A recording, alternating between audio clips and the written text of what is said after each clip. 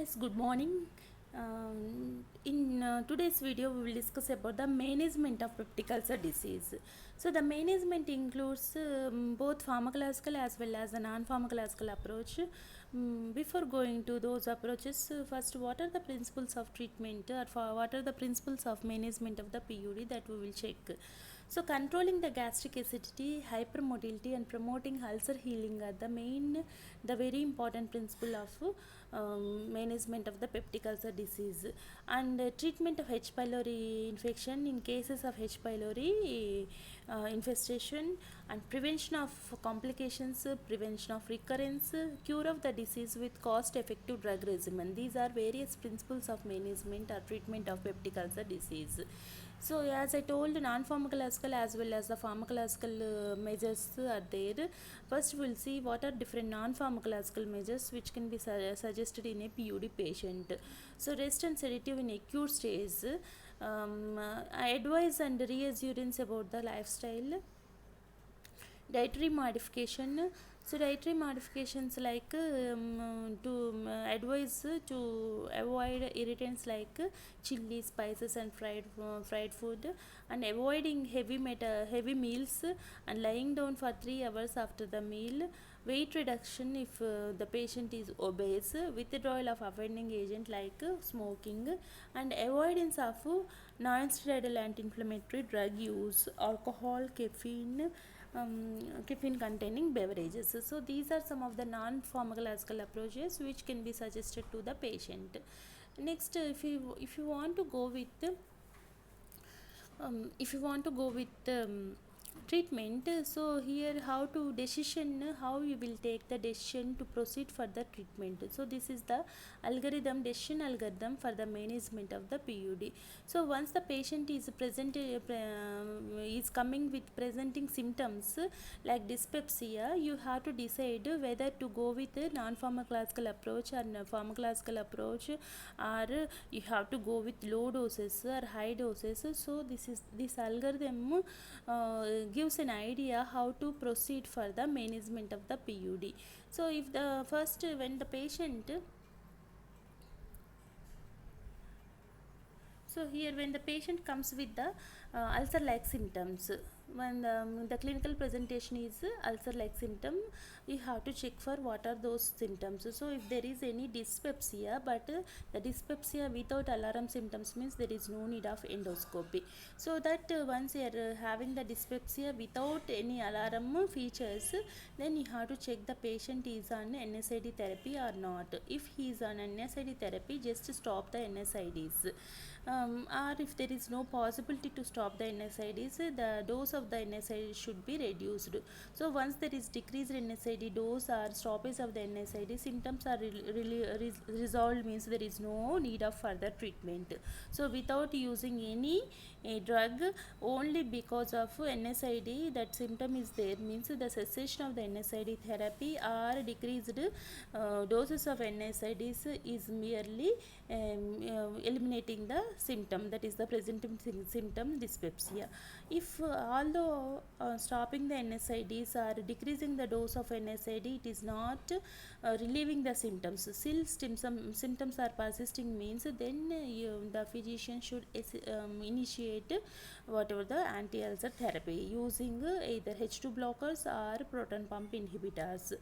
Whenever the therapy is initiated, after few days, if the symptoms are relieved, means depending on the patient conditions, that is the patient is on continuous NSAID therapy, like that, in such cases there should be the continuation of the therapy with anti-ulcer drugs.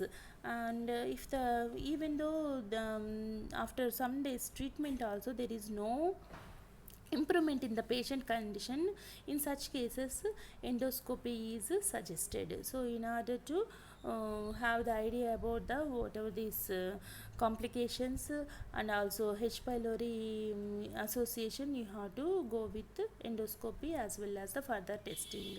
So if it is if the patient is having the dyspepsia and he is not on NSAIDs. So if NSAIDs are there, you are removing the NSAID and you are checking the symptoms and likewise you are proceeding. But the dyspepsia without any, it is not a drug induced dyspepsia. In such cases, you have to check for whether the patient is having any previous H. pylori infection. If there is no such history, then now we have to perform the serological test. If the serological test is negative, in such cases you have to, that might be because of some other regions, so that you can continue the therapy for few days and check. And if there is already the patient is having previous history of the H. pylori infection, that is if the previously treatment for H. pylori infection is there, in such cases it might be the recurrence of the PUD. So that now we have to, you should suggest the patient to endoscopy. And once it is suggested, at the same time,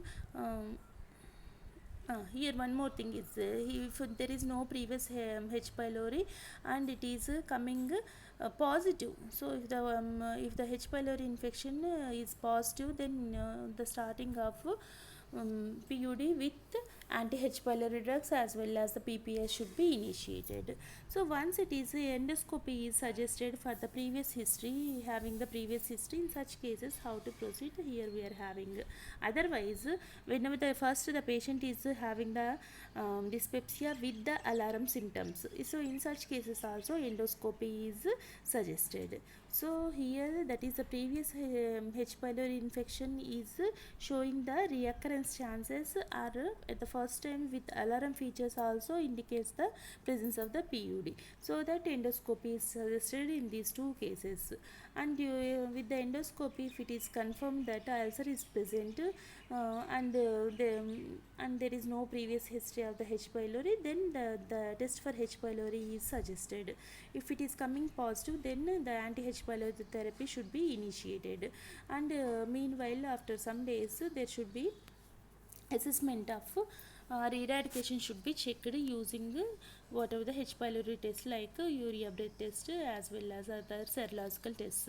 And if it is negative H. pylori, after H. pylori test it is coming negative, means once you have to rule out whether the patient is on NSAID or not. If he is on NSAID, again the same one which we followed previously, that should be continued. That is a discontinuation of the NSAID should be done, and treatment of PPIs, and continuation of, if there is no possibility to discontinue NSAIDs, continue the NSAIDs with low doses or shift to some alternative. And along with that, we have to proceed for the treatment for that thing.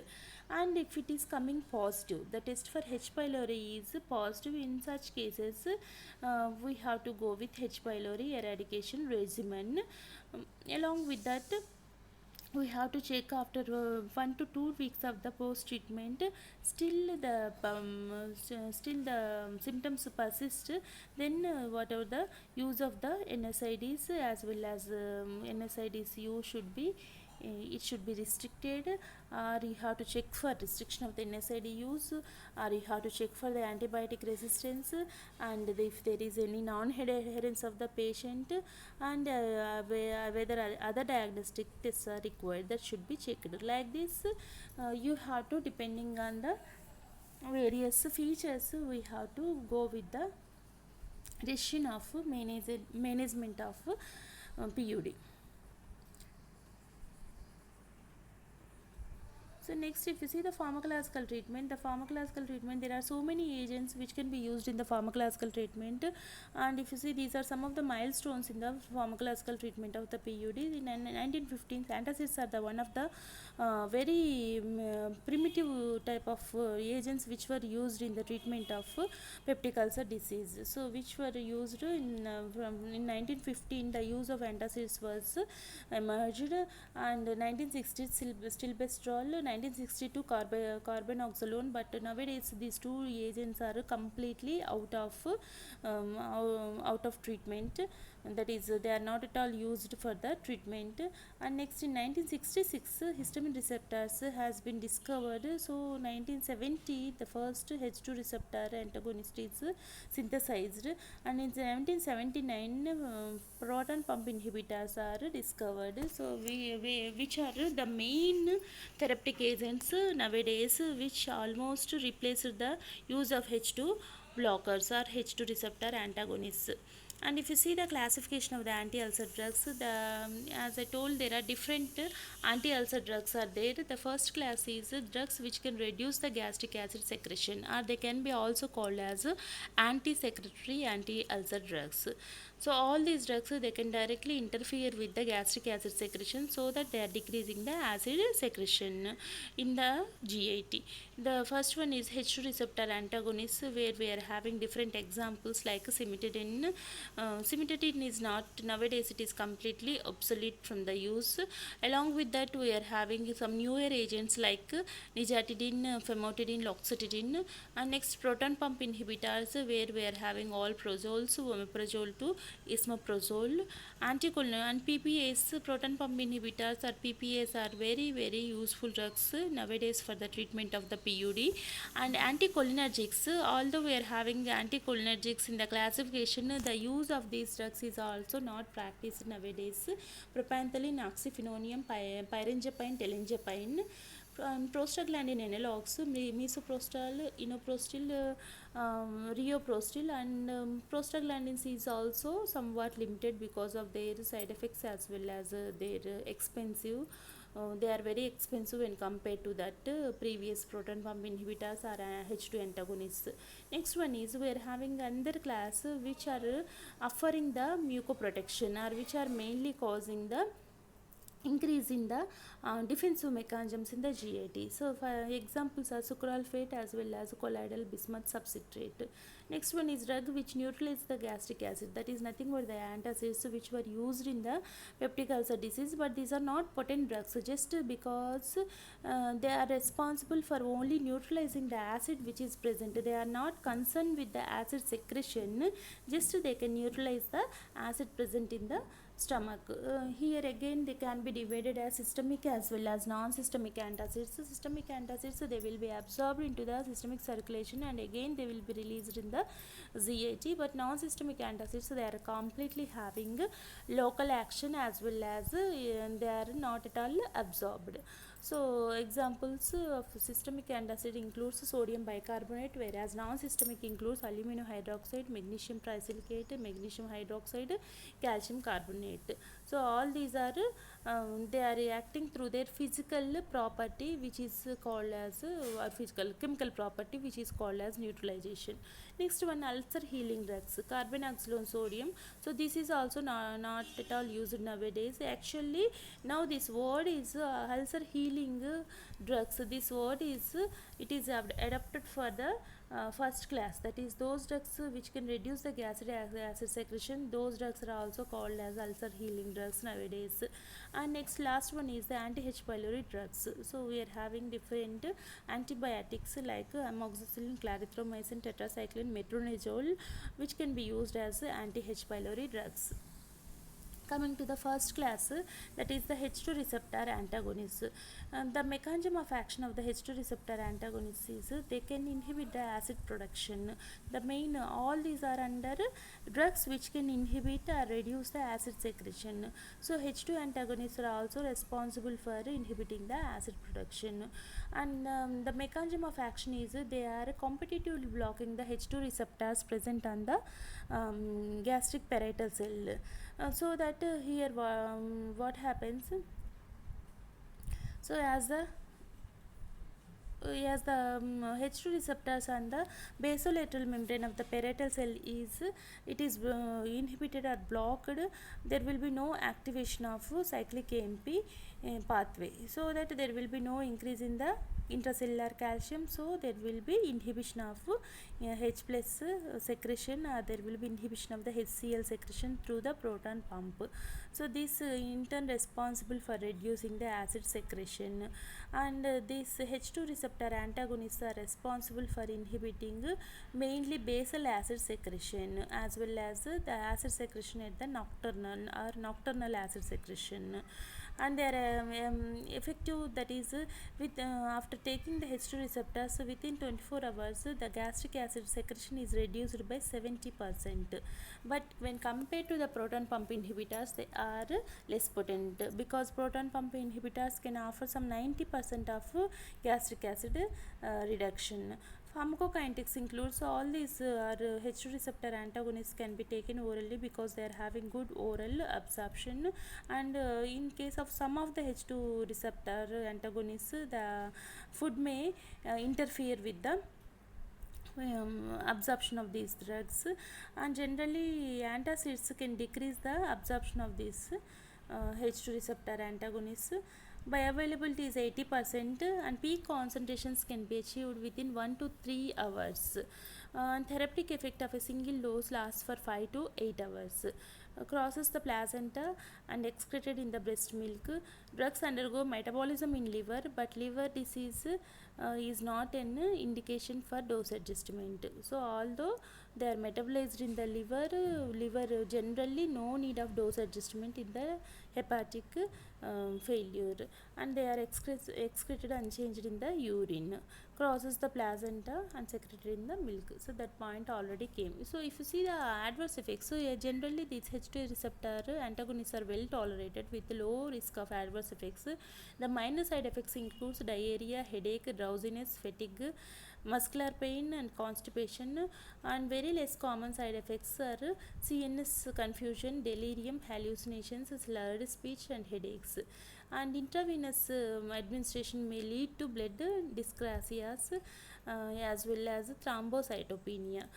If cimetidine-like drugs are having the anti-androgenic effect, because of which importance gynecomastia, galactorrhea. So these anti-androgenic effects are minimal or they are absent for the new year H2 blockers.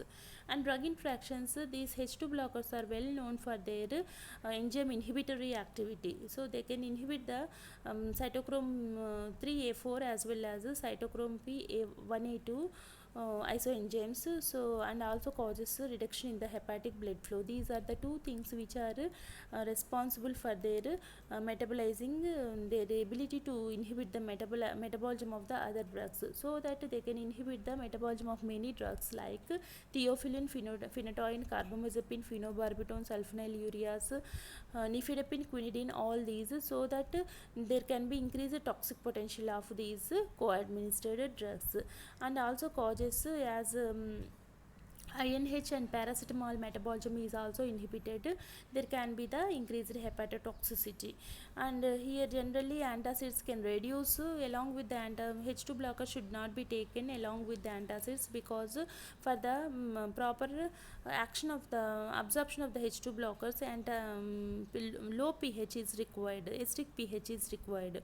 If antacids are co-administered, there will be rise in the gastric pH where the absorption of the these drugs will be reduced, and ketoconazole absorption is also decreased, because ketoconazole ketoconazole it is a basic drugs. Generally all these acid inhibitory drugs, they can increase the pH of the stomach, so that they can interfere with the absorption of basic drugs. Ketoconazole is one of the basic drugs which require acidic pH for the proper dissolution, but H2 blocker usage may increase the pH, which can decrease the ketoconazole absorption.